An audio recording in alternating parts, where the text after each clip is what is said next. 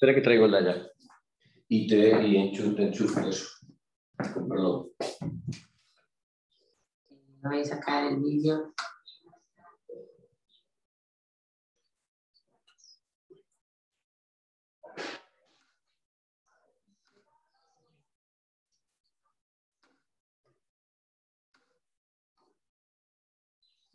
Y ahora esto en la cámara. Bueno, yo no preparé nada de esto, absolutamente nada, cero. No te preocupes, está todo controlado. Simplemente es una cata normal con gente de casa. Pues después voy a... Uy, ya tengo esta conectada. Espera, la cámara, un segundo. Sí. ¿No? Sí, sí, sí. ¿Puedo? Sí, sí, sí. Desconecto cámara y vuelvo a conectar.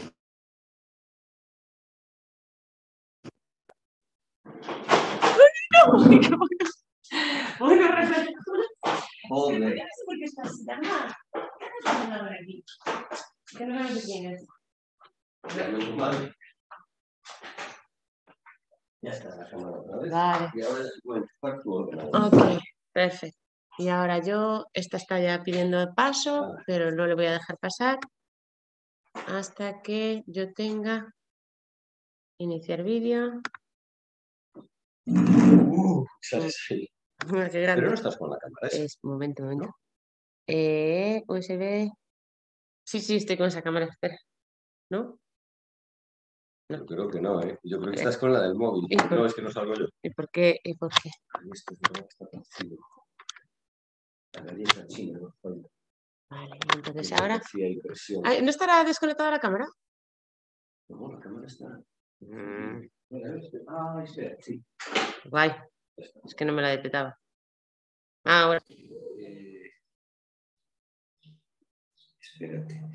Lo que pasa es que estamos torcidos, nos falta la galleta china, esa que trajiste tú. ¿Qué galleta china, hombre? Sí, es la ideal, porque justo esto está inclinado, entonces la pones aquí y justo es el tamaño de la galleta china. Ahora, mientras yo la admito, y voy a por la galleta china. Esto es igual que el de Noruega. Espera, estuve viendo el otro día el de Noruega, vuestra cata. ¿Qué tal? Bien. Lo que pasa es que son más sosos los noruegos. Sí, joder. Espera, voy a coger la galleta. Vale, voy a limpiar ella.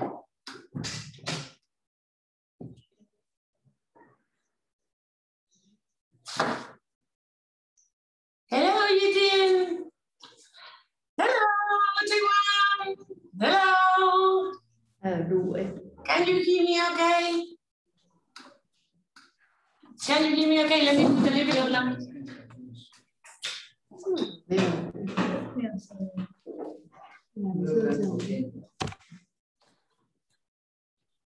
Okay, hi. Hi, do you hear us? Yes, I can hear you loud and clear. Okay, and I'll try again. We are a little bit... Let me try to get a little bit of light, otherwise you don't see us. Emilio, the winemaker, is going to join us in 1 minute. Okay? Okay. So no he's a fan of traveling, so he always wants me to take him to travels. So I mentioned Taiwan, and he said, yes, I'm going to go. And now, just believe him. And now we are trying to make this a little bit less common. Yes. I think it's better. But we are very dark, Emilio. It's still, for some reason, we are a little bit dark. Mara, it's a beautiful view you have. Yes, this is the vineyard. Hello, this is Emilio Rodriguez, our winemaker. Hello, everyone. He's gonna guide us through the tasting today. For us, it's very early morning. Emilio is having a coffee. Yes. I just finished coffee. You know, we start the day very late, but we end very late as well. So no worries. Everything is a couple of hours behind in Spain. But we are thrilled to start with La Copa Oscura. It's I've been to Taiwan only once in my life. And I will say, if I had to go to one place, Emilio, if you had to go to one place, you would need to go to Taipei and Taiwan. Beautiful mountains. The weather is super cool. Well, a little bit rainy sometimes, very humid. Like here. You will have curly hair, like me. And definitely it's a beautiful area. Temples, food, it's amazing. The best food I ever had. And I went jogging to the Elephant Ear, which is a mountain that you can see the typical tower of Taipei. That is like that. Beautiful. I have to go next time with Mark. Okay. So next tasting, we will both to go together, and we would love to do a tasting in your shop. And to make a little introduction, La Copa Oscura is our brand new customer in Taiwan. They've been, well, Jitin has been, I know her barely for a couple of weeks, and now it feels like she's my very best friend because she's very nice and she knows our wines very well. So I can't be happier of being with a new partner in Taiwan. So we are gonna go through the wines because I know you guys, you wanna get to know what is our area, what our area is, what do we have. And so first of all, I just want to tell you who is a little bit of introductions and who is Emilio. Emilio Rodriguez Canas has been has been a winemaker for the last 20 vintages. But he's been in the Rías Baixas region for the last 30 vintages. So he's been working hard in this area and he knows the area very well. He's also the R&D technician and director for the whole group. Now we are a group because we have 4 wineries in the Terras Gauda family. Still, we are a family-owned group, as you know, and we are going to mention after that. But we are still feeling like a family every time we go to a winery and we set in a vineyard. We just wanted to take the best of every place where we go. And Emilio is in charge of seeing that everything is all right and okay. Mark, let me do some translation as well, just to make sure the fellows. Oh, sorry. Yes, sorry. Yes, okay. I'm going to take the wines. Yeah. That's not okay. Traigo la mar, la mar. La mar. Terras lo tenemos. Pues lo tenemos. So you record because I want you to record as well. I mean the Zoom. Yes, I'm recording it. You want me to? Yes. Well, afterward, you can send it to me the link. Yeah, of course, yes. We try to record sometimes because it's a good way to explain what we do and we improve as well when we record, and then you can replay this explanation of Emilio anytime. Then you have a little bit of knowledge of our area. So well, basically, just finishing the introduction, Emilio has been studying chemistry and winemaking in his background. He studied in Santiago de Compostela, which is the oldest university here in Galicia, and then he studied winemaking in Madrid. And he learned a lot about what was the typical wines back in that time, and he always thought we could improve the wines that we will drink in the 90s in Spain. So this is why he studied winemaking, and he is now one of the maybe most known winemakers in the region of Rías Baixas and maybe in Spain. Really? Yes, of course. So he's been keen of the research and development. He's trying to bring a little bit of science to what we do in the vineyard, to the typical blending tradition and blending science. And at this moment, he's doing all the projects to try to do a better circular economy, a better environmental friendly vineyard. That's all his concerns when it comes to R&D, apart of doing a very good wine, of course. And so he's gonna guide us through the tasting, and we are gonna share you a little bit of information on what we do in Terras. Okay? You can do the translation and I bring the wines. Okay? Just 1 second. Voy a coger el libro. 只有酿酒背景嘛，对，然后不是只有酿酒，他现在也是在帮他们做一些就是植物的，就是 R&D 的接种啊，这些研究，对，然后他是算是Rías Baixas这边西班牙很有名的酿酒师，对，没有酿酒师。然后他出生地就在那个地方，Compostela 那个圣地亚哥Compostela，大家讲那个地方。No. I'm playing with the sound. Okay, so again, if it's all right, may I share briefly a brief presentation of what we are? Can I? Okay. Yeah, sure. And we are going to show you. Can you see the PDF? Nice. The PowerPoint? How did you get our CI? Get our new Google is fantastic. It brings all the information. Google can let us do these kind of things. So, están aquí. No, pasa que no se ponen ahí. Sí. So, this is the vineyard, but actually you can see the vineyard behind us. But just to briefly, I want to introduce you what is Terras Gauda Group.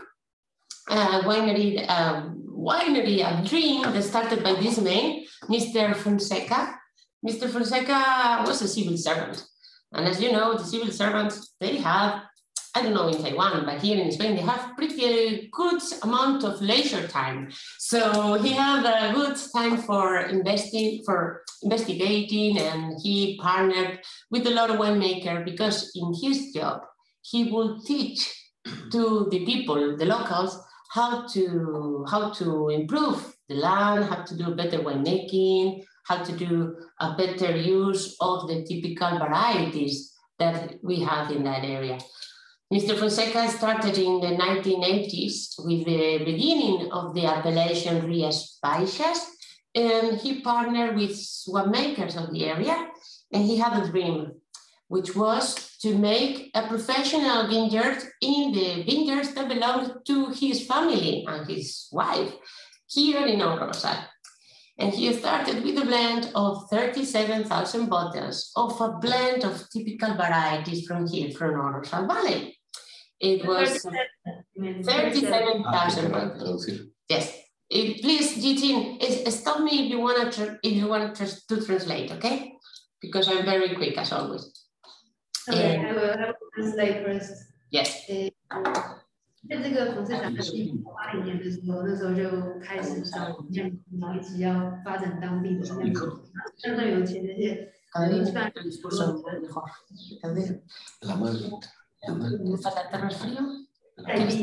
Terras frío y la mar. Sí. Y Petit, Tacon y Heraclio. So, Emilio's gonna come. So we started with 37,000 bottles in the 1990, and at this moment, last vintage 2020, we produced 1.5 million bottles of our Terras Gauda or Rosal. So the growth has been amazing.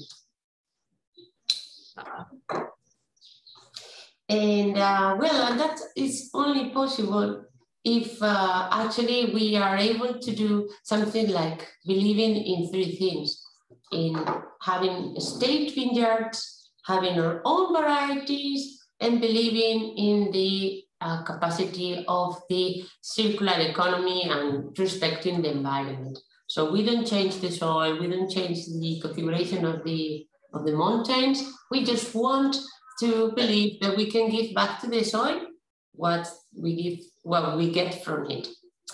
And that's our philosophy.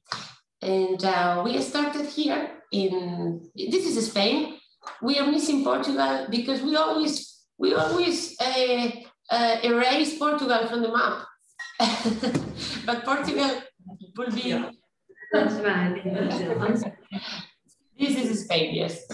And you see this little pomot here is Terras Gauda, which is right bordering Portugal, and we are right in front of the ocean, so we have the ocean influence, and we are divided with Portugal by the River Minho. So that was in 1989.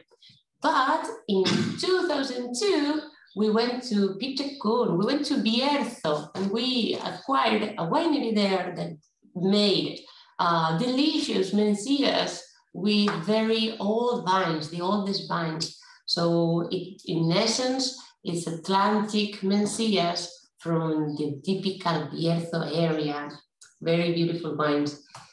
And we didn't stop there. In 2011, we acquired a boutique winery that was Quinta Sardonia. And the project was very interesting because they made a fusion of Bordeaux varieties and Spanish Tempranillo, Tinto Fino from the area. So they created their Quinta Sardonia. Project started by a very famous winemaker, Peter Sisek, back in the time. He started project in the Ribera del Duero, and he wanted freedom, and that's actually Quinta Sardonia. It's a sample of the freedom that we could do in that area. So that was... Yes. 所以今天很多年就是金达其实是葡萄牙的，它其实是把这个大的混在一起，传统品种，就是做一些调和跟嫁接这样。对，所以这个是比较西班牙跟葡萄牙 style 的甜。Pero son pandemia, pero para nosotros lo llevaba aquí, no llevaba allá. Okay, so when for Quinta Sardonia, which appellation it belongs to? It is facing Vega Sicilia. It is right on the other side of Pingus, but it is not. So we are 50 meters far away from Ribera del Duero border, but we are not Ribera del Duero. It is Vino de la Tierra de Castilla y León. So it is not an appellation, Ribera del Duero, but it is geographically like a Ribera del Duero one. 这边不是 Ribera del Duero，虽然很近，然后像什么 Vega Sicilia 就是很贵的酒，其实就是离他们很近，并不是。对，可是它刚好就是跨过那个 Ribera del Duero 这个产区。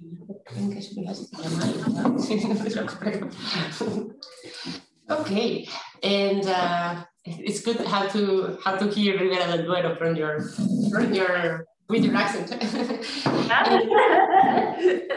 Very funny. And we were like this for so many years, but this winemaking team and this project didn't make a lot of sense if we didn't go to the gem of the crown, which is, if you think in Spain, from outside Spain, you would only think in one appellation, and that is Rioja. And for so many Rioja. And for so many years, we were looking for a Rioja partner. And we were looking for so long, many different projects, but we were looking for estate vineyards and autochthonous varieties. And so we didn't find that until we went to and we found Heraclio Alfaro in 2018. 然后我们就来找这一间，他们其实一直想找一个 Rioja 的地方。对，然后要找一个原生种，然后有当地的丰富，然后他们就找到这间。然后那个 Rio 应该是在讲他们要找有河的，就是一直在找有河的地方，所以最后就来到这里。And in Heraclio Alfaro in 2018, we made a Rioja Crianza with Garnacha, Tempranillo, and Graciano. Crianza, 然后是 Tempranillo 加 Graciano. Okay. Yeah.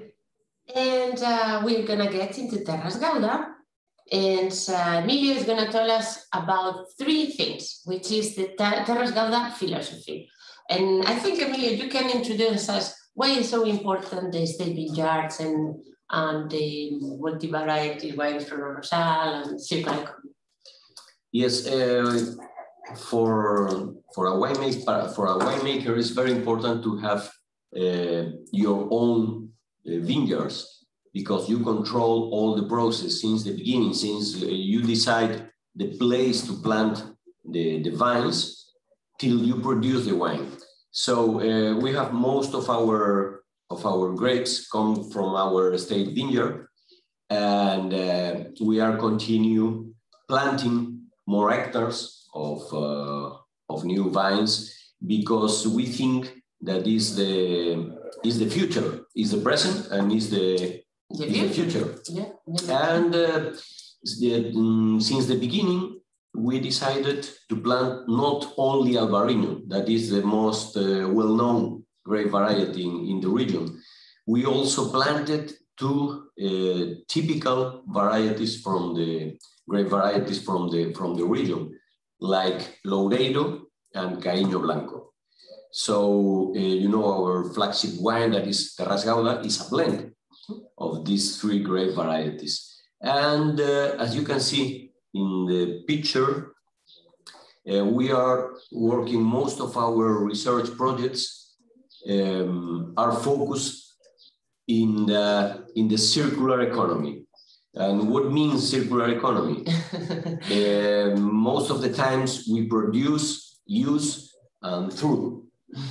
But the circular economy, we try to use, to produce, to use, and reuse. So, and most of our research projects are very sensitive with the environment, and most of them, probably the 80% of our research projects are focused in a respect to the soil, to the environment, and to the circular economy. Okay, I will translate. 所以它其实我想到一个 circular 什么 economy， 可是其实他们是把所有的东西，就是不浪费或是不用额外的东西跟它的看过的例子，譬如说是你做一个橡木桶好，然后你去烧那个橡木桶，是烧的东西，不是另外找材来烧，是让它可能剪边剩下的东西去烧。OK， 它可能所有的，它有两。半就水资源回收啦，就这些，就说它都尽量把它完成。对，然后他们有种很多原生品种嘛，然后我忘记来油的白品种，然后跟甘油，就是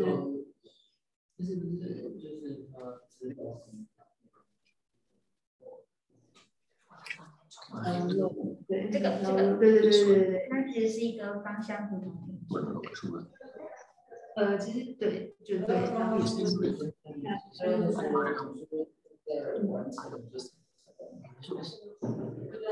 用的尽量去一个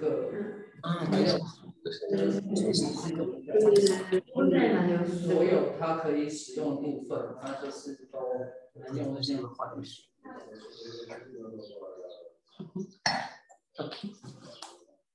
我想那个看有没有念那个什么。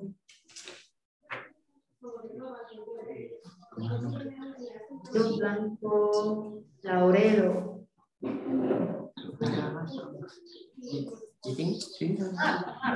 No. Tell me. I didn't buy any Laurero, no? Aurea. No, Loureiro.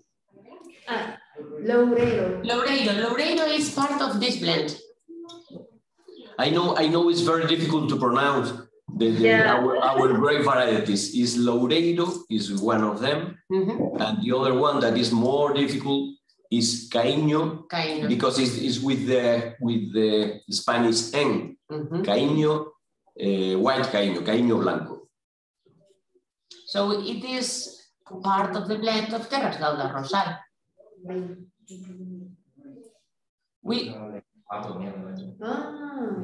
Ahora me dice, no compré ningún Loureiro. No, es que está de la idea, ¿verdad? Now you understand. Yes, correct. Yes. Yes, correct. So, yes, please, go ahead. Let's taste, please, because it's very late and we can taste already. It's very late and we should all taste. What time is there? What's the time in Taiwan now? 4:30, more or less. Okay. Just to be sure about the timing that we have, how long you want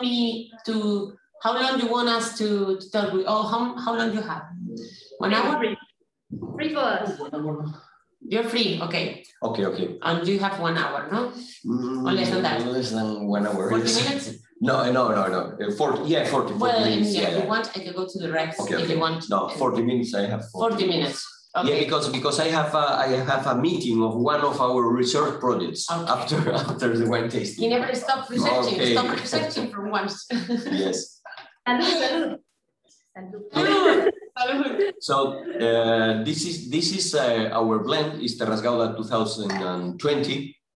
Is the current vintage, and I have to say that the 2020 is a very good vintage. Usually the winemakers, all the winemakers say the same. This vintage is excellent, it's the best, but this year is true. Yeah, is translating. No? Yes. Okay.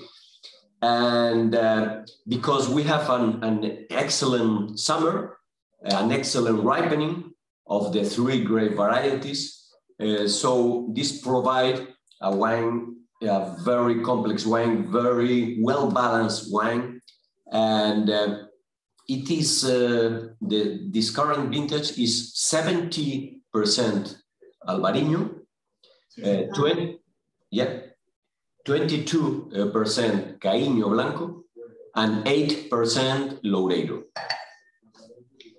This is together.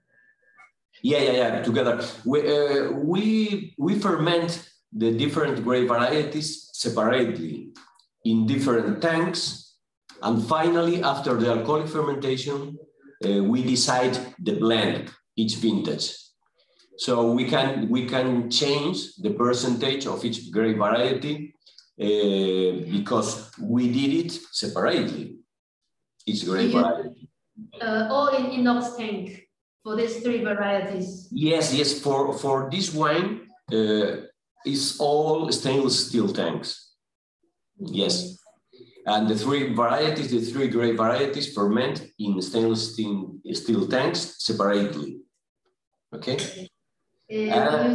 2020 is a good year. What does that refer to? Like in the Atlantic climate, no?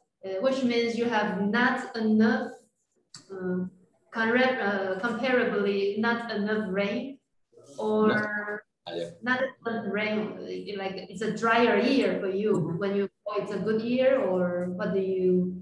Well, when I say a good year is, I am always thinking in a good ripening, in a perfect ripening.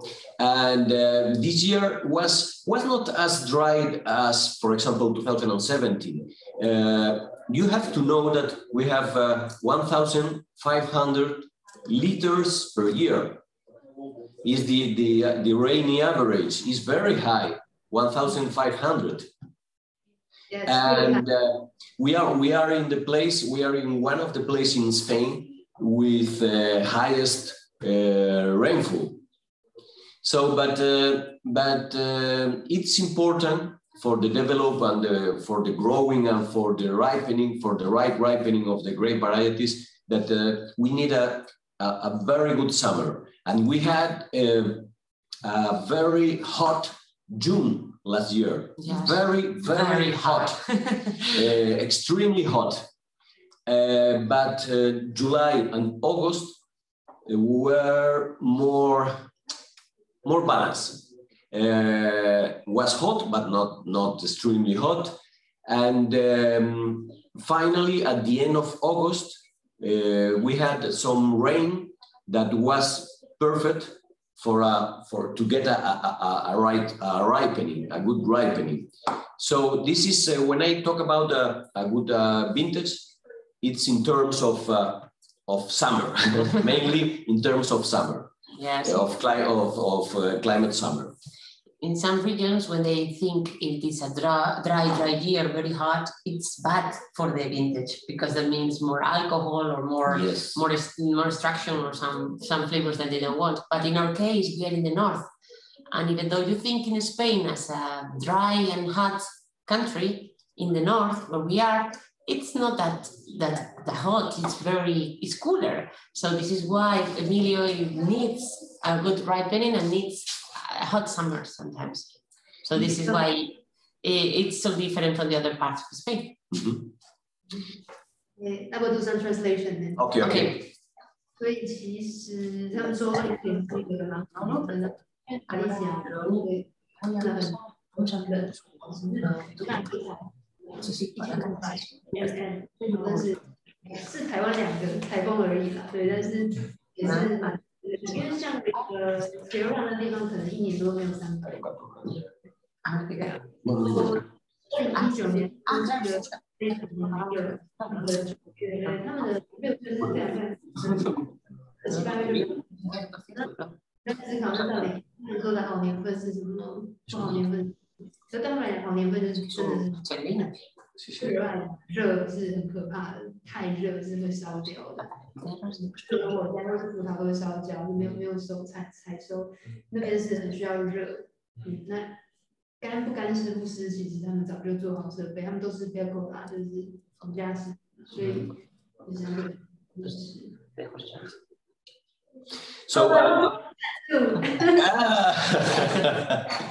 beautiful. and and what every grape variety provides to the wine, yes, to this wine, to the Terras Gauda. Albarino is very fruity and is a well-balanced grape variety. Loureiro is the most intense grape variety. Is usually goes to floral aromas, and Caíño for me is the more complete grape variety. Provide some tropical aromas, but most importantly, structure, body, and density to the wine. So this is the reason that we increase in the last years. We increase the percentage of Caíño from 10 to 20 to our actually 22% Caíño. So can we say the Caíño is less aromatic, no? It's more for the body, the complexity, and maybe like Loureiro. Loureiro is more, you say, aromatic.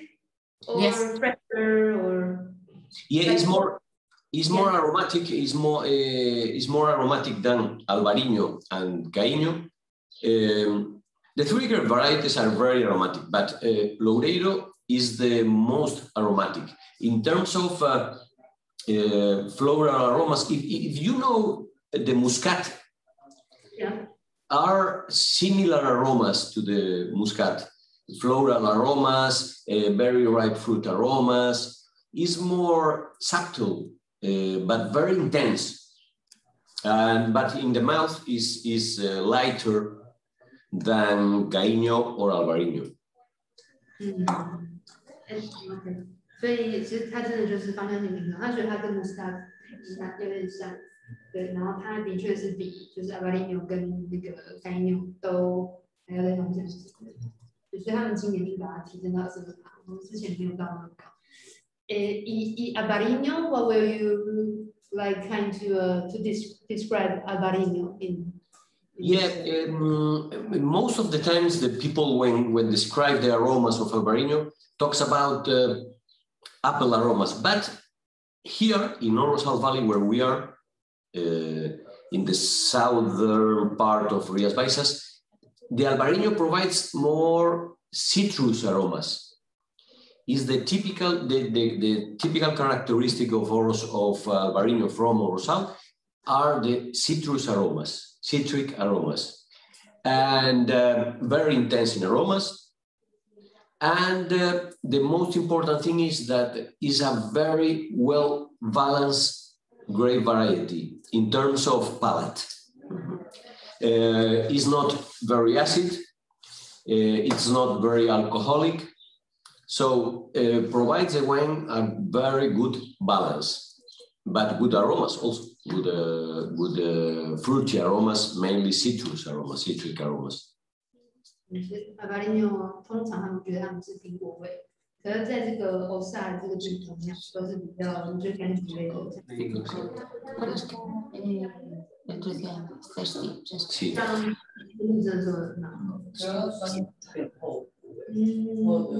但是不会到就是负担很大，就 Like we say, when you think the acidity is really concentrated. Yes. The thickness of the acidity, yeah, it's really nice. Like it's not flat. No. It's kind of, Yeah, it's very crispy, you know, and but it's a crispy wine. It's very fresh, but it's a serious wine. Yes. It's a wine with a very good character. It's not a simple wine. Okay. Did you know some Albariños from Pazo Señorans? Okay. That's a different region, a different area.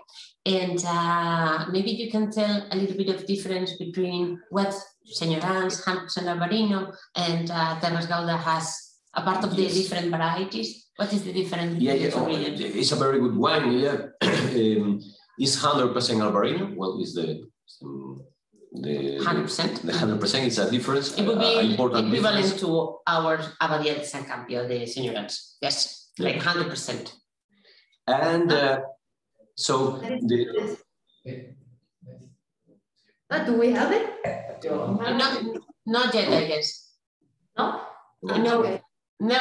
I believe because since we were thinking in cohabiting Señorans and Terras Gauda, this is why you skipped the 100% Albariño and you went to the blended one. I think that's the reason. Okay. So I am making a 100% Albariño de Abadía, but for me as a winemaker, We have it. You have samples. Yes. Let me see. Yes. Oh, I sent you samples. Okay. Yeah. Also, no? Yeah, this is 100% Albariño. It's like Pazo de Señoras. Okay, but for me as a winemaker, I have to say that I prefer to make wines with more than one grape variety. This is my opinion, because you can play with the 3 grape varieties and you can give to the wines more complexity. You have to know that if you have the aromas of Albariño, Loureiro, Caíño Blanco, the characteristic that provides to the palate of the wines, I think is better for me as a winemaker to give more complexity, more roundness to the wines with the 3 grape varieties. Okay, you're tasting Albariño. Now you're tasting. We usually start with Albariño and then Rosal, but now we are tasting all the way around, which is fine as well, because now you will see the explosion in the nose of the Abadía de San Campio, and maybe it's more direct, kind of more straightforward flavors. It's not as complex as Rosal, but it's also very crispy, very clean. Yeah, we look for, with the 100% Albariño, we look for freshness, crispy acidity. We try to show where we are on Rosal. Usually it's more intense in aromas, the 100% Albariño than Rosal, but the Rosal, the Terras Gauda, is more complex.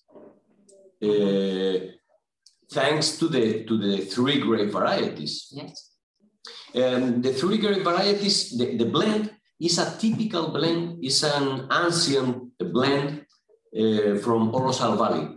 Here, the wines from years and years were made with a blend, not with 100% Albariño. Was the typical blend of Rosal Valley where we are, and we continue with the tradition. Yes, and yes.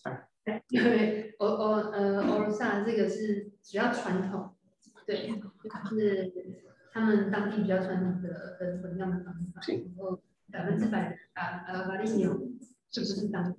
可是阿巴利牛就是会比较自己的，就比较薄，比较酸，比较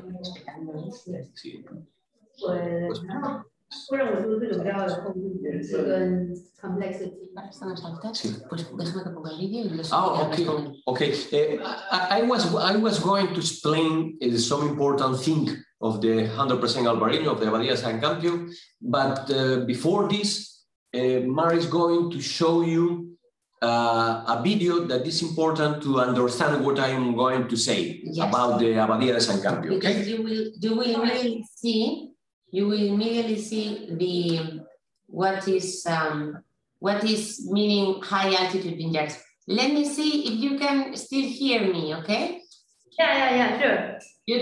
Can you hear us, okay? Yes? Yeah, I can hear you. Okay, so Emilia is going to explain us a little bit about the highest altitude vineyards, but I think the best way is to see the vineyards. So this is a corporate video where you can, you can come here so early as we wish. I'm going to take you now, and we are going to take you to Terras Gauda. Okay. And this is the Rías Baixas appellation. And Emilio, this is typical lower altitude vineyards, but we are going to see in the video, you know the video, right? You're going to see the video. Yeah. You're going to see in the video the highest altitude vineyards where the Abadia is sourced from. Okay? Very beautiful introduction. Yes, with our logo. Our logo, very important logo we are. So you see Spain now, we didn't erase Portugal in this map. Yeah, we are zooming. Yes, and this is, we are landing. Please, hold on. Fasten your seatbelts and welcome to Rosal. And this is the plane that we are actually flying over Rosal Valley. This is the eucalyptus trees, which are all the way. And here, there, on the very end of the video, you will see the vineyard area. And Emilio, what you wanted to tell us about this? You can see the winery, and you can see the vineyard all around the winery. That are the vineyards that are very close to the winery are at 50 meters above sea level. And we have from 50 meters above sea level to 180 meters above sea level. It seems that it's not a big difference, but a difference between 50 and 180 is enough to give different profiles, different wine profiles, okay? And well, this is the harvest. Everything is done by hand. It's something that we need to do because we believe in that and because there is no other possible way in this kind of high. I thought Beccola you're not making just with Beccola. No. This is an important difference because most of the Rías Baixas appellation, the vines are planted with pergola, but we decided since the beginning to plant with this trellis system that you saw before. And the reason is that we try to get a best ripening, and we get a much best ripening with this trellis system than with the pergola. I worked in the past with pergola many years, and I really prefer the pergola system to get a best ripening, to have to spray less times against diseases because the wind flows through the lines, and we have less humidity in the canopy in the vineyard. And this is me. Okay. 31 years old. This is a little surprise. This is Emilio, you see? And this is Emilio showing us the cariño. One of the main characteristics, and it's different comparing with the rest of the white grape varieties, is the nerves, the color of the nerves, of the main nerves that are red. Usually it's yellow or green. This is Emilio. And this is specifically of Caíño Blanco. And you can see that we use this kind of trellis system, and it's not usual here in Rías Baixas. Most of the vines goes in a pergola, but we choose this kind of trellis system. But it's just that we want you to. I want you to see personally to get a good ripening. The trading system that because we receive the sun during the day. Just coming up and due to this trading system, here because we get more sugar content, 31 years old, and it's Grillo Blanco, our. Okay, and that's it. Okay, now we just seen the wines. Yes, and I wanted to say that for the Abadía de San Campio, the 100% Albarino, we select the highest altitude plots that are less humid, fresher than the rest of the plots, which means a very slow ripening. And finally, this slow ripening gives to the wine more freshness, very good acidity, crispy acidity, and this is the difference between 100% Albarino and the blend. The origin of the Albarino is different, comes from the highest altitude plots, looking for this freshness. 他们故意把他们的品种种在就海拔比较高的地方，就故意让它是呈现一个缓慢成熟的状态，所以会让这种 freshness 这种很新鲜的、很舒爽的感觉比较明显一点。这是他们跟别人的不一样的地方。可是我觉得我真的还蛮少看到，就是不是用这样子，那跟正常不同的早餐。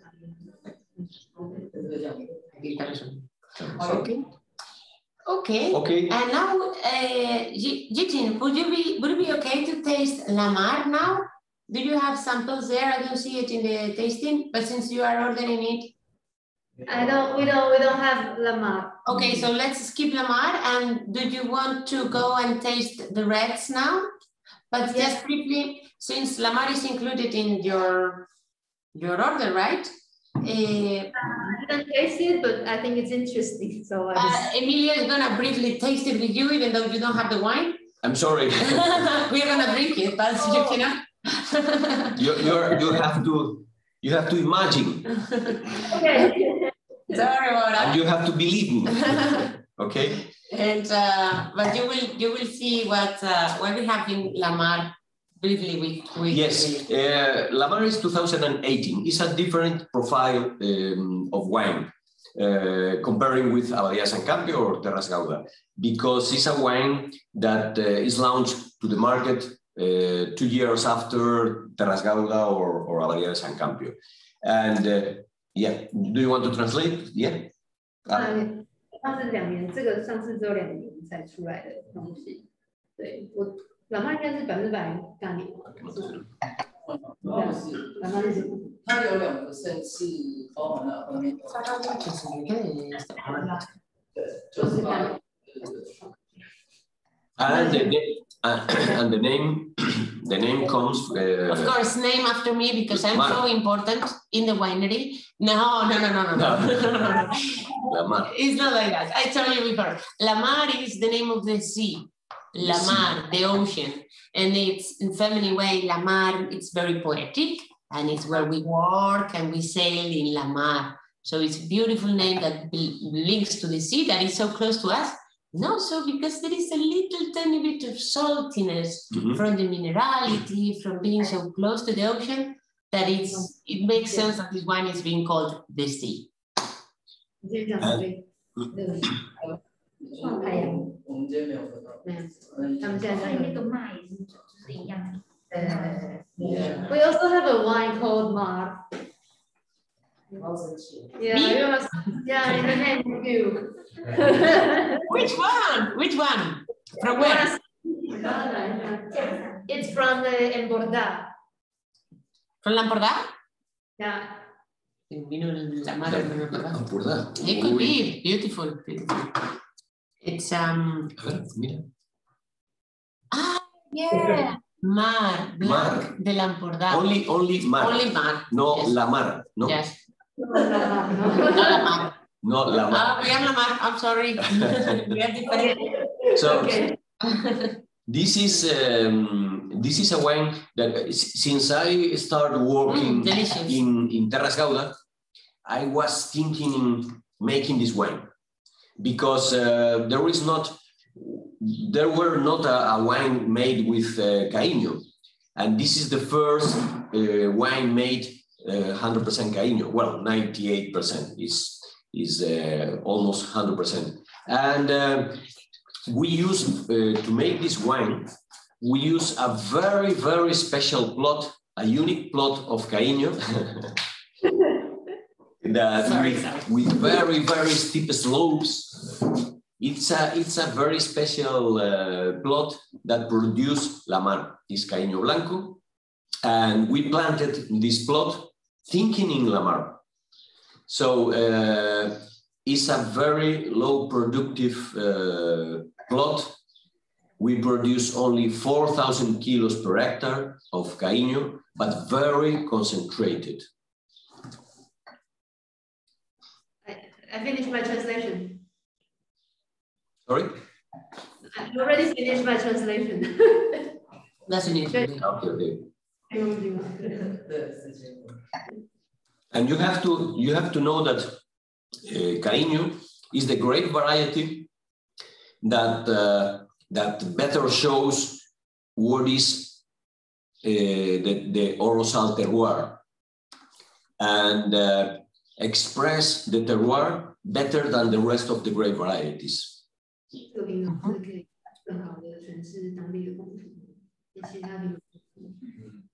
Okay. So we have a good selection of 3 wines. We also have a 4th wine that we produce very little, which is one like Orosal fermented in oak.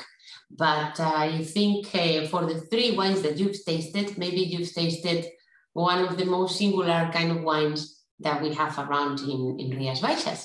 We have the 100% typical Albariño. We have a blended Albariño with a variety that nobody knows, but it's very special. And then we have 100%, almost 100%, this variety that no one knows, but it's very special. When it comes to the customer and how to approach these wines, I would say this wine would be for the person who is just entering in the white wine consumption or in the Spanish white wine consumption, because this wine goes perfect for pairing with any kind of spicy food.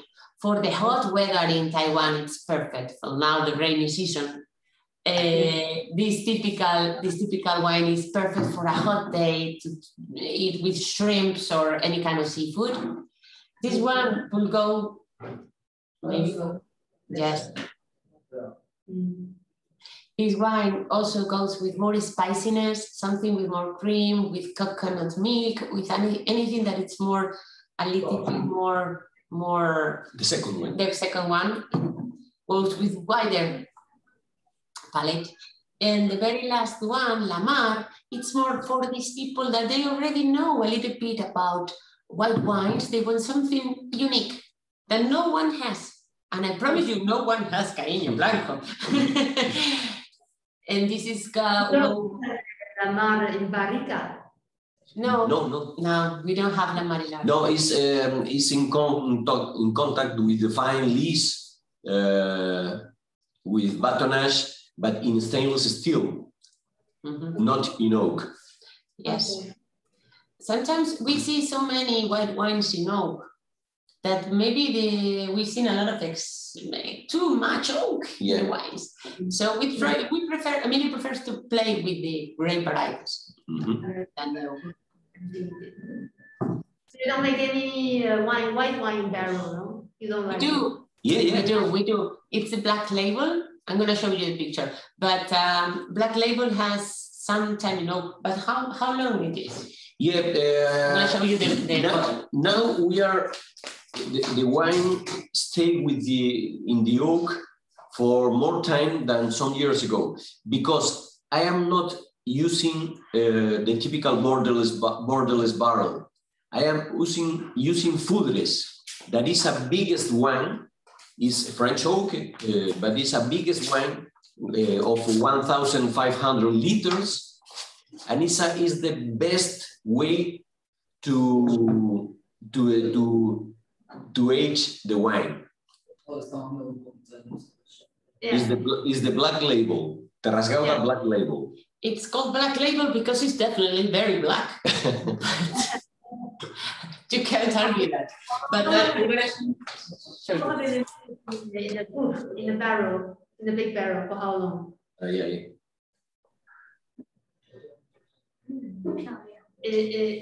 Emilio, how long? Yeah, How long? in the big barrels, in the fooders, around 8 months. 8 months. It ferment in oak, and we start the batonnage, and during totally is 8 months, around 8 months. 就是加脚桶那些全部差不多8年。另外3款都是美国。没有。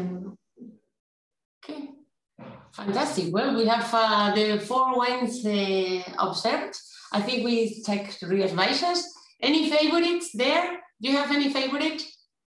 Favorites? Oh, difference. Yes. Well, Tell me. We haven't tasted the Lamar. Lamar, okay. Between the two that you tasted. Oh, I like this Osar. Yes. This. So 3 like this, 1 like this. Okay. Perfect. Okay, Well it's okay. It's okay. We love our kids. We love them all. Same way.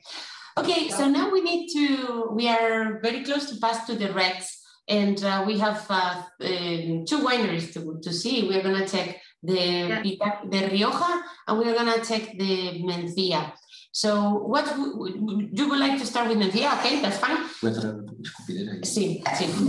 Since Emilio will need to rush, we are gonna rush a little bit the reds, but you tell me if it is too quick. You let me know. Okay, you stop me.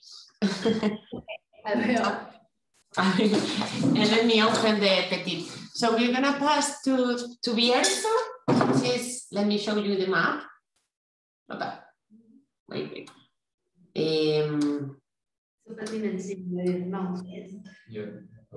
然后它就是餐厅的很入名的餐酒。他看酒标的多，他看酒标，这很多标准。好奇的是，就是芦苇，怎么会念？什么？芦苇It's very complicated. 对，比如说哪里 Very complicated. 我知道，对，但他们Michael, you don't make 100% laurero, no? No, we don't. It's a very interesting question. We try to do, we do Caíño Blanco, and our partner winery, Emilio's wife, she was a winemaker as well. And she will do 100% Loureiro. Emilio, I'm gossiping. Oh. I told them that your wife is a winemaker as well. Yes. We are winemaker couple. And they asked me about 100% Loureiro. And I said that we don't do it, but your wife used to do it, or she would do it. Yes. And it's different kind of wine, but it's very interesting as well. Okay, so I would say we will pass through Pitacon, and when you need to go, Emilio, will let you know. Shall we maybe introduce a little bit Bierzo? Yes. And then I will do the Rioja. Okay. Yes, and we taste through the Pitacon and the Petit. I know that you have like what? Nothing. No. 10 minutes? 5? Yeah, 10 minutes. 10 minutes. Okay, so we have 5 minutes. It's more than enough to taste wine because the wine speaks by itself. We're gonna see Bierzo, which is, as you see, Galicia is in the map, the northwest, and Bierzo is very close to Galicia, so it could be easily a part of our area, but it is a little bit more inland. So that means better ripening and a little bit warmer temperatures, but it has the influence of the winds and the breezes of the coastline. But also, since it is inland, it has better ripening for a grape that is very typical from the area called Mencía. And we are very Mencía fans, but there are so many kinds of Mencía. And you can have the flowery, lighter Mencía from Ribeira Sacra, which is the area closest to the coast. And then our kind of Mencia, which is juicier, since it is more inland, better ripening, juicier, more kind of more structured Mencia. And it is the one that we can find in our Bierzos, in our Pitacun.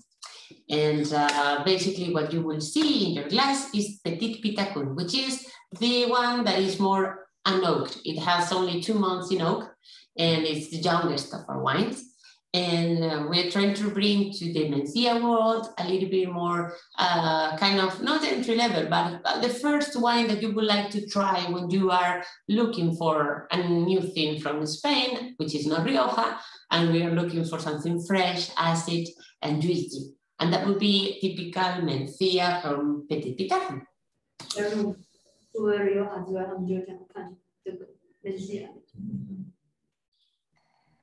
And as you see, we are gonna very quickly see, this is our typical vineyard. And can you see the video okay? Yeah. Okay, fantastic. So Emilio, they say that in the vineyards in Bierzo we have a microclimate. Yeah. Is that correct? We have more rainfall and more sun hours than here, right? Yeah. We have more sun hours per year than here in Orosal, in Rías Baixas. But has the influence of the Atlantic, but it's not exactly an Atlantic climate. It's a mix between the continental climate and the Atlantic climate. The humidity, the rainfall is higher than other parts of Spain, but it's not as high as the rainfall in Galicia, in Rías Baixas. And we have to notice that we work with very old vines. You can see that here we put it between 80 and 110 years old that are very old, which means very good structure and concentration. And also this is like the old vine. Also for Petit it's old vines, yes. Or youngest vines, I would say this like 50-year-old, 45-year-old. Okay. 才是50岁，比他够而已。老人一样在喝起来。Yeah. So yes, you see here we are tasting Mencia, which is the typical red grape variety from the area. It's a native grape variety from Bierzo and also in some parts of Portugal. It's very unique and it has a huge potential for age because of the acidity, because of the structure. So in the area in Bierzo, in the 50s, the reputation of Mencia fell down because of bad use of chemical or fertilizers.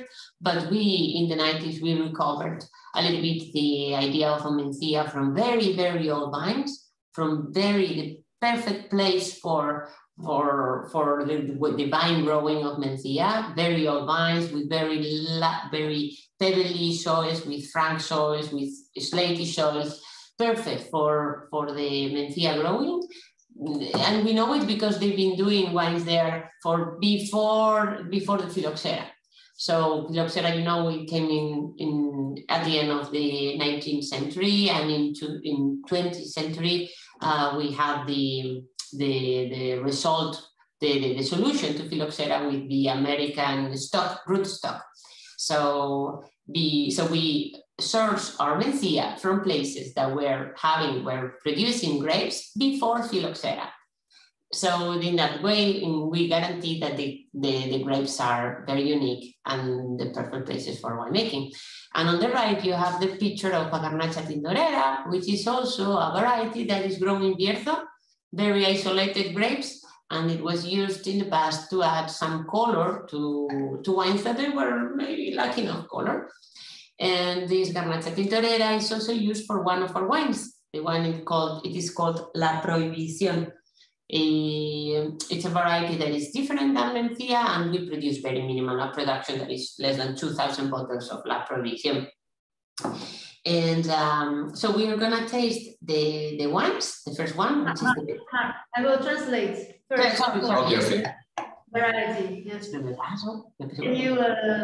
you make the slide in the previous? Of course. Well, the variety one. Yes. Yeah.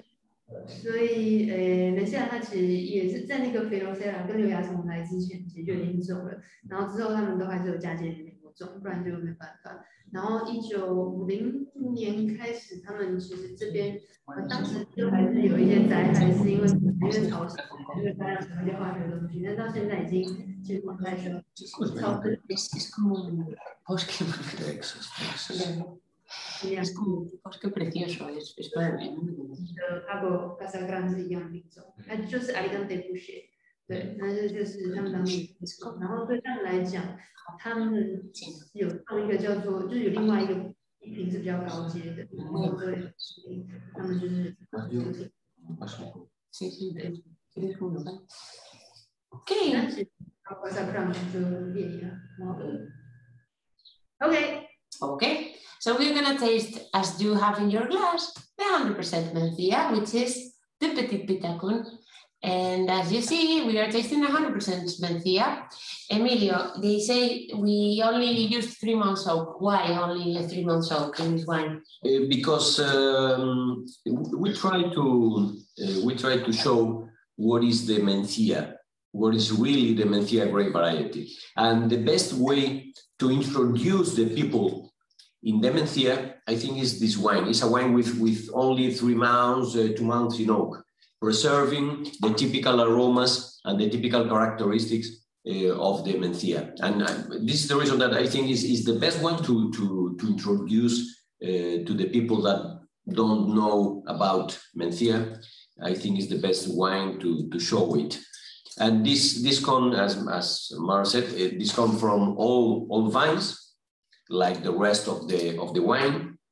And we try to show the most Atlantic profile of the Mencia.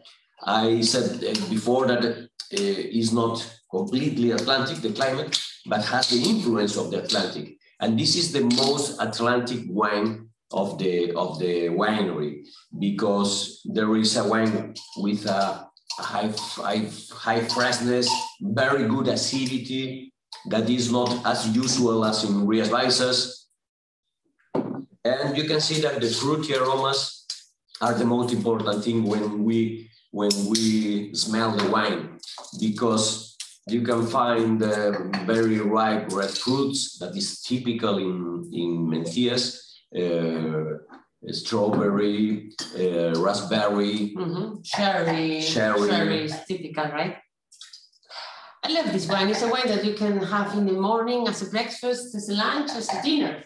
So it's a wine that is not very complicated, but it still has some structure and has some complexity. So it's perfect for any time. Yeah. Okay, so we are gonna pass to Pitacun, but Emilio will need to leave us. So let me. I'm sorry. Oh, we have. You come to Taiwan. Well, show you around the night market, the foods with this wine. We need to bring him to Taiwan, and we need to introduce him what is the typical food in Taiwan. They will love it. Thank you, Emilio, so much for helping us to do this tasting.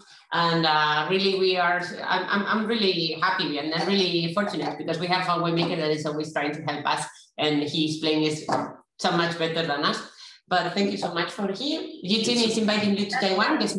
Yeah. As soon as we have all vaccinated, we go there. I'm waiting to go to Taiwan. You will have us there. Thank you, Emilio. Thank you very so much. Thank you. No, ladies. Bye. Thank you. Bye. Bye. Amar, I will translate the certificate. Of course. 这次一样也是10岁的老藤，然后他们在当地最有大西洋风格的酒，就是他们当地是大陆性气候跟海洋性气候的连接嘛，所以那他们其实是真的比较靠海一点点，然后它也是把更多海洋的风格写在里面，然后它有很多樱桃、草莓比较红的橙色水果感觉，而且我觉得它有更多巴上面的，它就是有种触感，那我觉得或许是运输过来的。健素的味道，对，就是喜欢的，然后我觉得，但其实大众是非常 OK 的，健素糖加可是它的那个酒精感很强烈，我一直对，觉得它的闻的时候对，很好，是但是觉得蛮一入口它的酒精很强，像的14%。而且是但入门哦，入门，但是会保动。就800块一支，可能餐厅开1000块。对。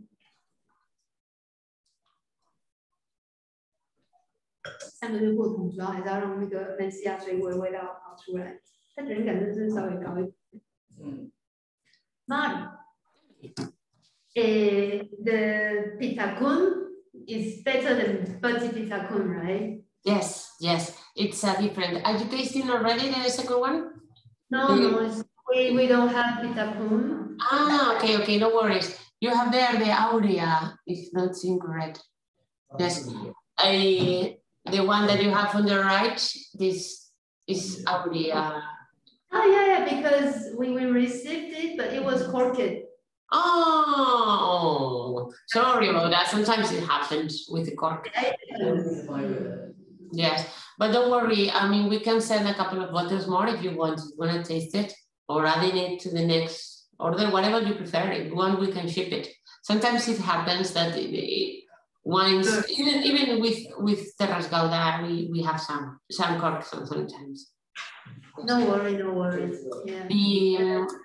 Let me know pitacun then. So basically, the main difference between Petit and Pitacun is that one is from younger vines and fresher style, and Pitacun is more juicy style because it comes from old vines and more structured, more extraction, a little bit more juicy than Mencia. Also 8 months in oak, whereas Petit is only 3 months in oak. Mark, Tell me. we keep seeing people behind you. That's so interesting. They want to go to Taiwan as well. And there is a dog.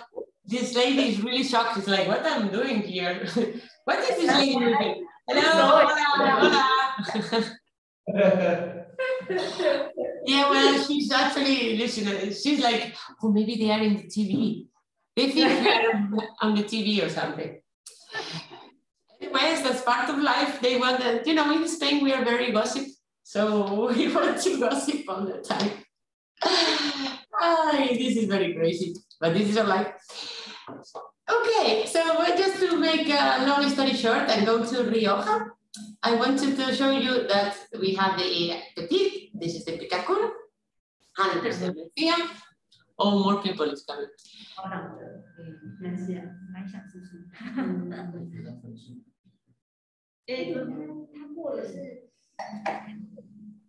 Finally, French oak 感受蛮，就是觉得说我好像是形同那种辛辣感比较重。你说不低应该不太可能是形同，但是我觉得你会不会有可能是那种旧的美国，因为它尾巴的那个奶味。没有闻到美国的味道。你问看，Mark, one question for Petit Pitacun. You use American oak or French oak? We only use French oak for all our wines because it fits better the Mencia. So no American, only French. All right. And do you use any new oak for Mencia? For the Petit Pitacun, no, because we use used oak just to avoid overwhelming kind of oak in the wines. When it comes to the Pitacun, we use 1/3 is new oak. So we change the oak every 3 years and 1/3. So we try to not to overwhelm the wines. We just want just a little tiny bit of oak presence, but not overwhelming kind of oak. Yeah. Okay. And finally, I don't know, Jitin, if you have there the Pitacun Aurea. Yeah, no. We have. Yes. But I didn't purchase yet. Okay. No, so don't worry about that. Just to mention it, this is a single vineyard. So we only produce 10,000 bottles of this wine. It's a still. You don't have it, no? I mean, you don't have enough volume. We have some volume of that, but again, very little. In the Aurea and La Prohibición, we have 2,000 bottles, which is Garnacha Tintorera, the grape that I just told you about. And the Aurea, we have 10,000 bottles, 15,000 bottles max this last vintage. It's very small, very low production, but because it comes from a single vineyard that is very old. So we don't take a lot of grapes out of this vineyard. So what we can get is what we do in Aurea. Only 3,000 bottles, no? Yes, something like that. Very small production. 然后100%，而且它是110，它上面有写116年，有老的。It's really old. You have only old stuff. Well, you know that the vineyard, when it's old, I'm sure you know that, the old vines, the old plants, it's not gonna grow. It doesn't want to have a lot of leaves. It has a very long amount of roots, and the roots, they just don't want to have, it's not gonna grow. So all the nutrients that go to the plant, it goes to the fruit. The old vine only wants to reproduce. So the grapes get really juicy and full of nutrition. And whereas the young vines, they just want to grow and have a lot of leaves and grow and grow and grow. So the grapes from the young vines are more watery. 不是老人的就没有办法往下长，因为喝起来就比较水，这样他们真的是就是老东西。So this is why we prefer to work with old vines, because they are like treasure, like gems. So this is why we like much better the old vines. Mar, what will you describe Mencia as a variety? Well, Mencia would be spicy as Cabernet Franc, and then but it's fresh. It has some freshness like a Pinot Noir, like a Washington State Pinot Noir, I would say. This Petit would be more Pinot Noir style from warm weather, and Pitacun, it has more spiciness, typical tannins of the spiciness that it would be more typical from a typical Cabernet Franc from France. So that's what we think we have.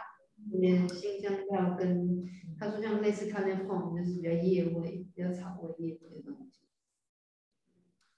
跟他认为还是有点像黑皮诺，但是加州也不是加州，华盛顿黑皮诺就是比较扎实饱满的淡水果的香气的。Okay. And I want you to see as well the very last part. I know that you don't purchase it, so maybe, but since it is new for us, I want you to get to know the Rioja. If you're ready, I'm more than happy to pass. Before that, any favorite between, well, you just only taste Petit. Okay.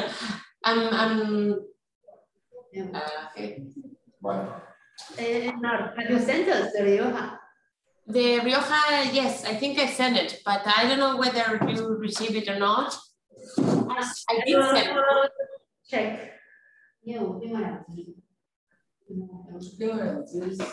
QS 吗？ we only have Sardonia. 2 Sardonia. Ah, only have Sardonia. Okay. So no Rioja this time. Okay, no worries. So, well, I will very quickly inform you about the Rioja. Is Garnacha. It comes from Rioja Baja, from Rioja Oriental. Very different. Believe me, everyone wants us to fail when it comes to Rioja. Everyone wants us to make it bad because this typical Rioja is very competitive category. Everyone has a 1, 2, 3 Riojas already. You guys already have a Rioja, so you could imagine how competitive it is in Spain. Everyone has 5, 4, 7 Riojas in the portfolio. What is new from Neracle Faro is that we play with Garnacha more than Tempranillo. So we prefer to work with this kind of garnachas that are very difficult to produce. That we are working, sorry. Yes, you can translate. I'm also translating. Yeah. So this is the typical garnacha with the support, the backbone of Tempranillo, which is the backbone of the wine, and a little bit of the spicy of the Graciano grape variety. So it's 3 variety blends. 3 varieties, that's correct. And you only have 1 wine for Rioja? At this moment, yes. At this moment, yes.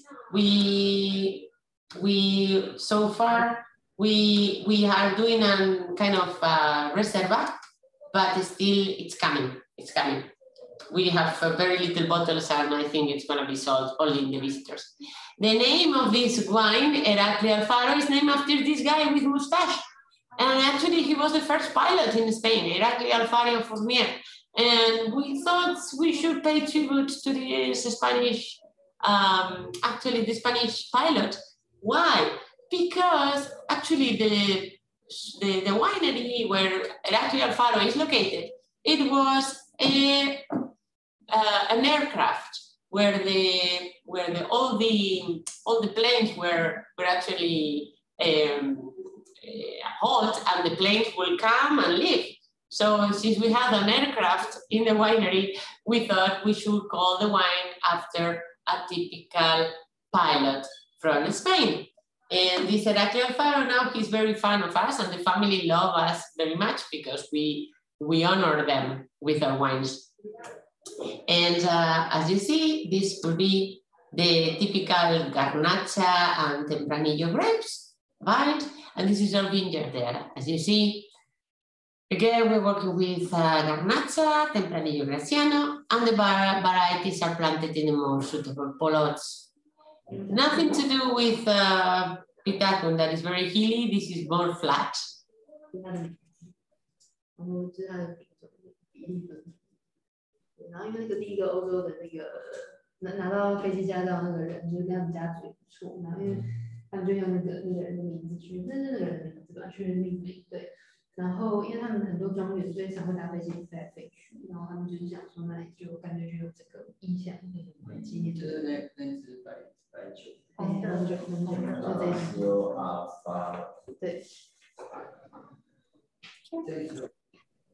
So it's different kind of wine, more juicy, more typical strawberry cake, more different than the typical Rioja that is more oaky style. This is much fresher, juicier, but well, we are trying to bring new things to the winemaking portfolio. This is, what you see there is 120 hectares of a state vineyard, and we are surrounded by mountains, and we have very kind of organic planting, even though we are not certified organic, but we are working on that. Okay. Okay. And Mar, I will translate. Sorry. Yes. 一样是走有机的方法，然后他们现在正在读到有机的认证，这样就是可能要一点转换的时间。然后他们做的是没有桶味那么重的 reserva， 就是还是以不像，然后周围都是山环绕。Yep. Okay. And well, we just went to the north to Rioja, and I don't know whether Eugene, you have some time if you want to talk to a little bit of Sardonia. Would you like to taste the Sardonias, or since you're not bringing them, you prefer to skip that one? Whatever you think, it's okay. Tell me.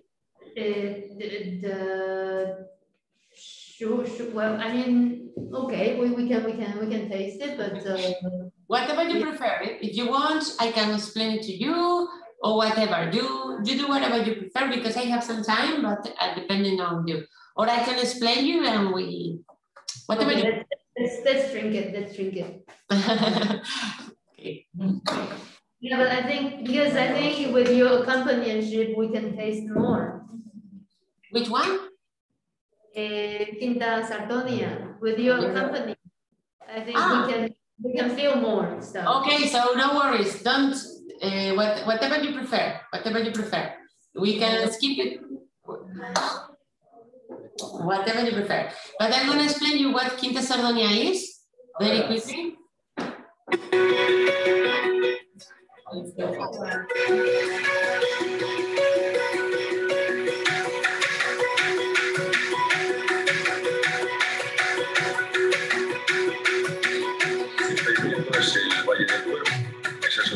zona este, el valle transcurre de este hacia el oeste. Entonces el nacimiento está en Soria y aquí veis que forma el Valle del Duero. Las dos mesetas que componen el valle, la ladera norte y la ladera sur, y cómo la viña se estructura solo en las laderas. La parte de arriba de las mesetas es demasiado pobre, es una agricultura cerealista, es un suelo muy pobre. En la zona intermedia de las laderas se compone la viña y en la zona de abajo, la zona más fértil, es la vega. Allí vimos como el cereal. Okay. So this was actually Christian Rey, the winemaker. And winemaker of Christian Rey, he's a pupil of Peter Zizek from Pingus. And what you see here is the two wines that we have from there, from the winery. And it's actually Sardon that comes from the coldest kind of vineyards, and Quinta Sardonia, which is the blend of our soil, the blend of 17 kind of soils. Okay, and this is our thank you note. Wait. We are pouring the first Quinta Sardonia. Ah, okay, fantastic. Okay, so I didn't bring it with me, but basically Sardon, it is 90% Tempranillo. Yeah. 90% Tempranillo, Cabernet Sauvignon, and Grenache. And it has some little bit of white grape variety called Albillo. So we are looking for freshness, for cold. We're looking for good acidity in an area that is normally very hot. Yeah. 这主要是fresh acidity， 它找的是这种酸度然后清爽度，因为通常这个地方是很热的。然后它的比例应该是 you say 90% of 95% Tempranillo, let me show you.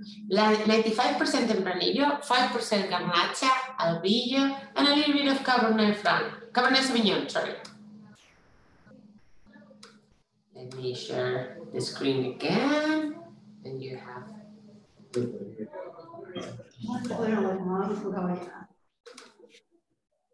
So you see there, this is the 95% Tempranillo that brings juicier, typical strawberry cake notes. Garnacha will bring freshness from the very old garnachas that we work with 3 partners, very old people that they produce garnacha for so long. But we are bringing a garnacha typical for Ribera del Duero, very fresh, more acidity. We are looking for wines that are alive. So Sardon is the name of the town where we are located. So we are looking for wines that brings intensity, some tension, some new things to the wine. It's very intense though. I mean, when you drink it, it's not fresh acidity as petit. It's still red, rounded, intense wine, but we are not in the very kind of warm wines that sometimes we see in Ribera del Duero. Okay. 一样，它是在狗罗河，就是原来都有这个地方的酒，然后因为放那地方的酒会更热、更厚、更浆糊一点。对，就是它一样有他说的草莓蛋糕啊，就是这种，就是香风蛋糕，很软，就是很很漂亮的感觉，热，然后15度啊。它不是瘦，它是来这边怎么会瘦？就是这边都是。健壮到不行，可是它喝起来是扁的。就是我说，我觉得它很扁，它要醒，它要醒，这个地方就都要醒，应该都有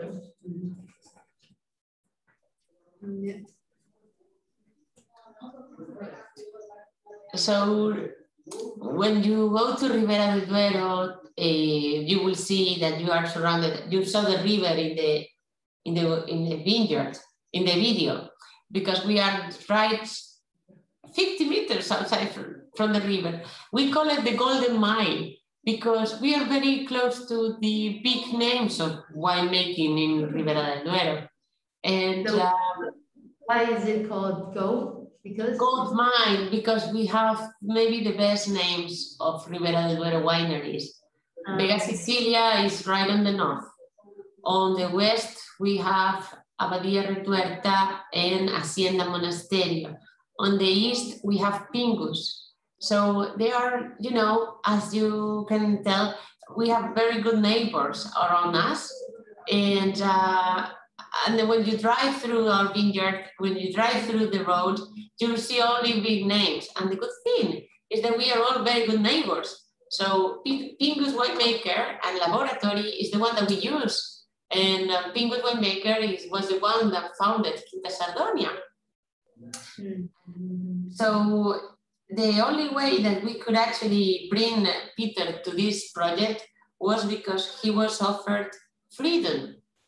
And he wasn't, our region, our plot was not in the Ribera del Duero appellation politically. He was not, our region was too poor. Sardón de Duero, the town, was so poor that they couldn't actually pay the little strips to actually be part of the Ribera del Duero appellation.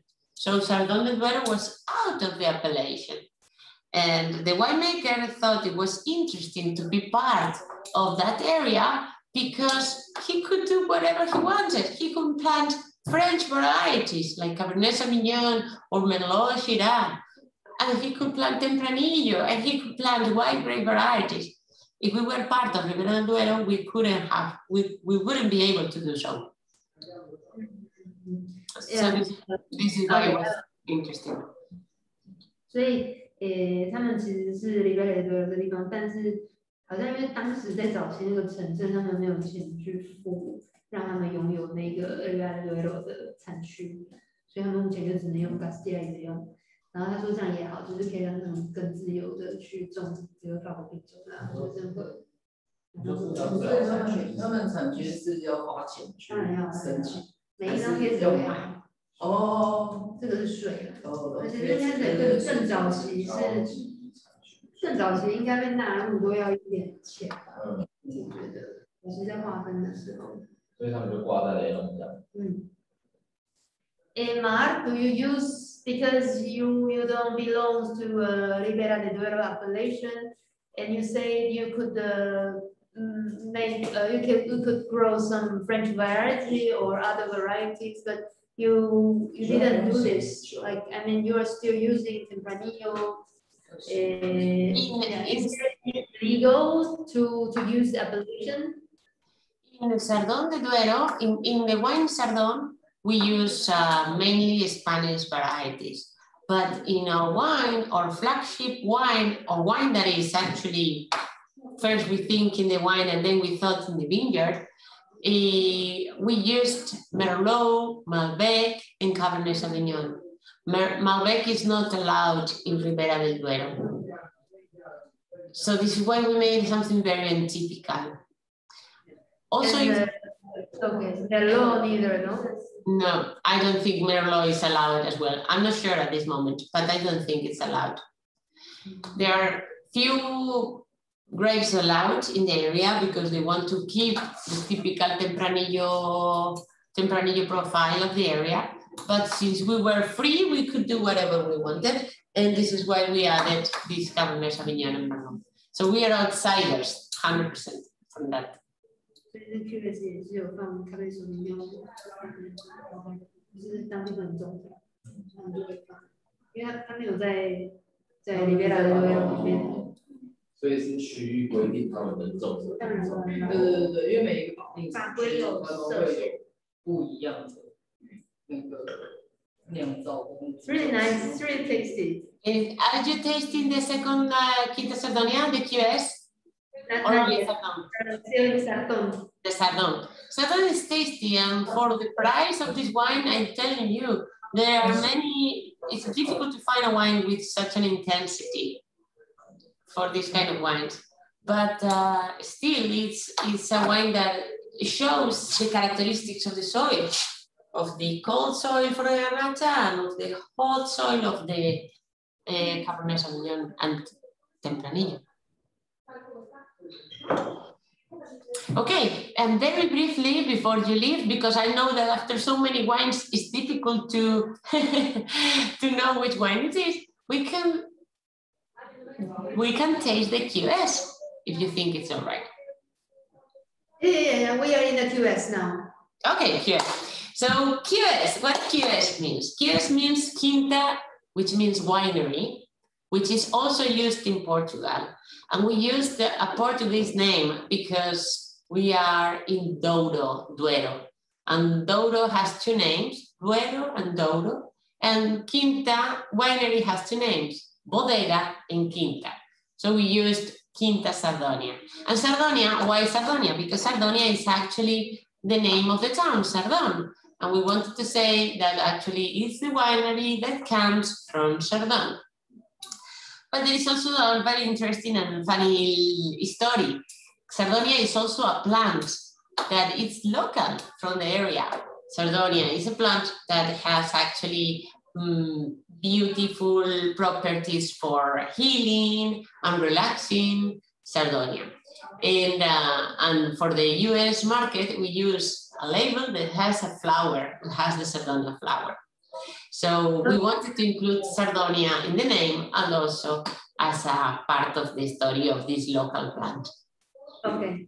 Quinta Sardonia, Quinta 就是葡萄牙语的意思嘛，但是葡萄牙文。然后 Sardon 其实本来就是当地的城市的名字，所以他们就直接用 Quinta Sardonia。然后 Sardonia 在当地也是一种植物，好像这种花吧，那种在山林上的花。所以好像在美国市场，他们好像有出就是 Quinta Sardonia，但是有花的图像。And well, what do we do here? Here we believe that we have 17 hectares of a state vineyard, 21 hectares of state vineyard, 17 different kinds of soil. We have marl, we have limestone, we have calcareous kind of soil, gypsum. So what do? We believe we planted 7 varieties there. We planted Tempranillo, we planted Cabernet Sauvignon, we planted Merlot, Shiraz, Cabernet Franc, and Malbec. And I'm missing one, Petit Verdot. And actually, these 7 varieties that we planted there, we planted by soil, and we collect by soil, and we ferment by soil. So what we do is Tempranillo and Cabernet Sauvignon, that they are from the same plot, they should co-ferment it together. So we pick it at the same time because they are brothers.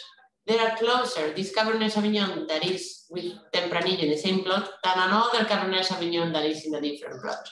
So we ferment by plot, by soil type, and not by grape variety. That's very unusual in that area, but we believe it's the best way, and it's the best way that they can actually work together. And another thing that you co-fermented. We co-fermented. That's correct. And it's very untypical on Ribera del Duero. It's not so usual, but we like to do it this way. And it's Bordeaux style. Why? Because of the Cabernet Sauvignon. It will bring you this peppery nose, green peppery nose, this typical pepper seasoning in the nose. But then in the mouth is the Tempranillo flavor, this kind of meaty Tempranillo that is so typical for Quinta Sardonia. It's a wine that is very unusual. It's very easy to locate Quinta Sardonia in a blind tasting because of this combination of Tempranillo and Cabernet Sauvignon that is so unique. And not only that, also we believe in biodynamic. So we planted not in the most extreme ecological way. And we think the only way that we can do this wine is respecting the soil at the utmost way. So we respect the soil, we respect the vine. Soil is alive, the vine is alive, and the grape, it's alive. So the result is going to be an alive wine. OK， 那他们还是有在就是仿生物动力法的做法，像这些土质的活着的时候，因为他们认为葡萄来自好的土壤，就是有活性的土壤。然后再来，它比较特别的是，挺白妞跟咖啡树妞，因为是放在同一区域，他们就一起采收，然后一起酿造，一起发酵，就没有分开发酵，这是蛮奇怪的。我从来没有听过有人会把不同的品种混在一起发酵，其实是有点葡萄牙就是就像快原本30种品种采下来一起发酵的，因为分不出来到底哪一个是哪一个。不过他其实喜欢看的是因为它的这种绿胡椒啊，那种 spiciness 的味道，会让它更有风格这样。Okay, and the result is a wine that is very unusual, but it's very, very, very, very easy to enjoy. The combination of grapes, the spiciness, the seasoning, the long end. The wine is different if you're drinking it now than if you're drinking in an hour or if you're drinking in 2 hours. It will change. Why? Because the wine is alive. And this is why we believe QS is so different from the other wines. From you can tell it very well. 就是因为是很尊重自然的做法，所以一放1小时、2到3小时，味道都会越来越好。这是他们跟其他地方比较不一样的地方。对。So we produce very little. Sorry. Yes. So many wines. I mean, I'm slowing down now. So I know so many wines. So many wines in very short time. I know, but anyways, since we have recorded video, and you can actually go and replay this video anytime, or I can send you this PowerPoint presentation with all the information, and please do not hesitate to ask us any info, any or a sample of any wine that you would like to taste. Regarding Quinta Sardonia, it's very well sold in China, mainland China at this moment, because it's very allocated, but I don't know, for some reason in Beijing, Shanghai, and Chengdu, it's been sold a lot. And also New Lifestyle wine sold it really nice, right? Yes, New Lifestyle wine was his favorite wine because maybe he was looking for this kind of high ratings. And and we need to stop that, but definitely we're working on that. And it's QS is a wine that is allocated, has very little production.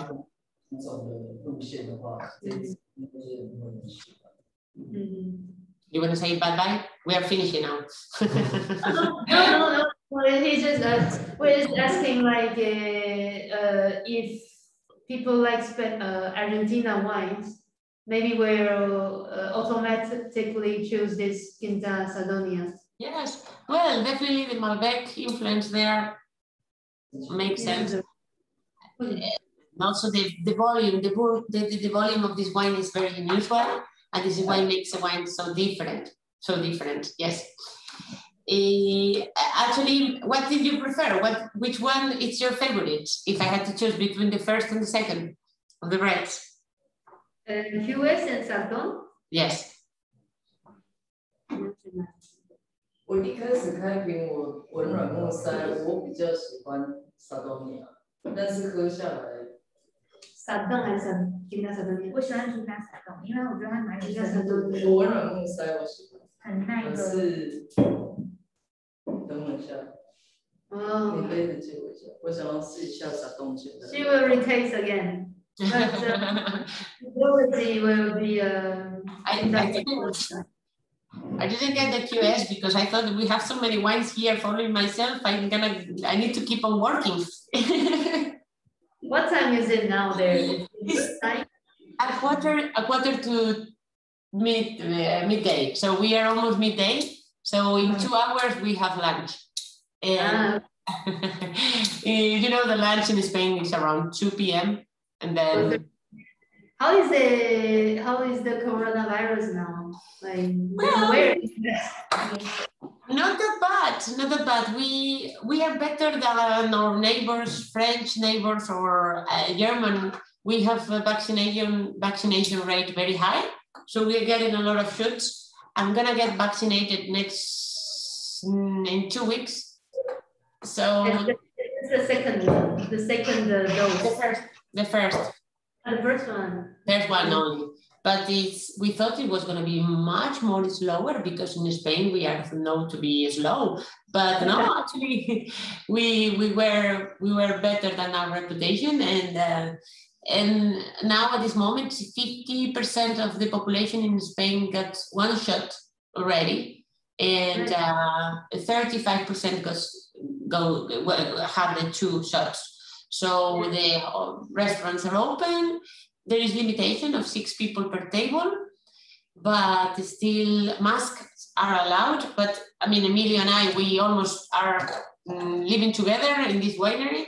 So this is why we don't wear masks, but usually now I go to the office and I need to wear my mask.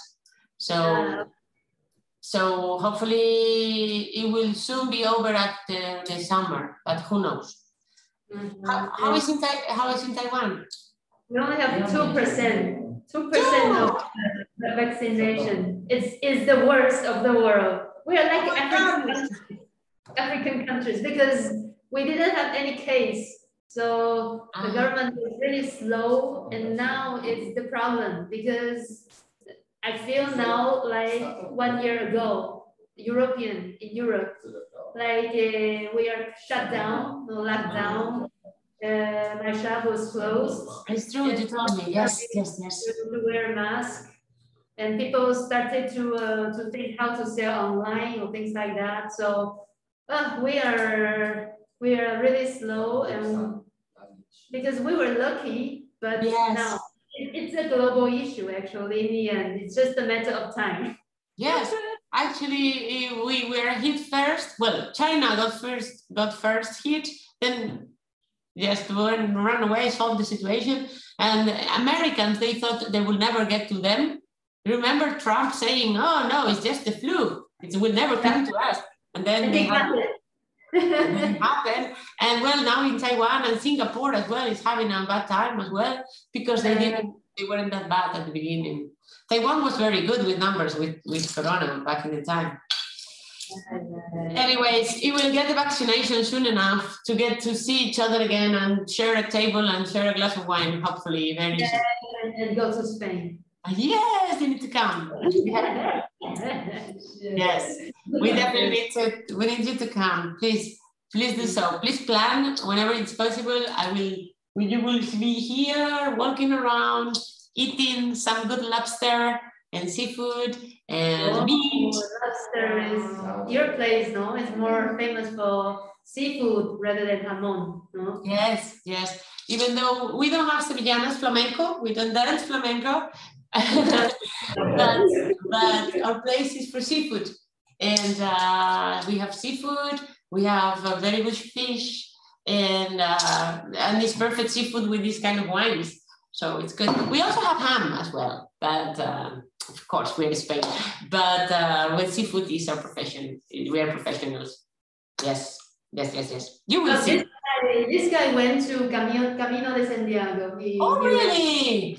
Oh my God. 100 kilometers. Oh my goodness. Poor thing.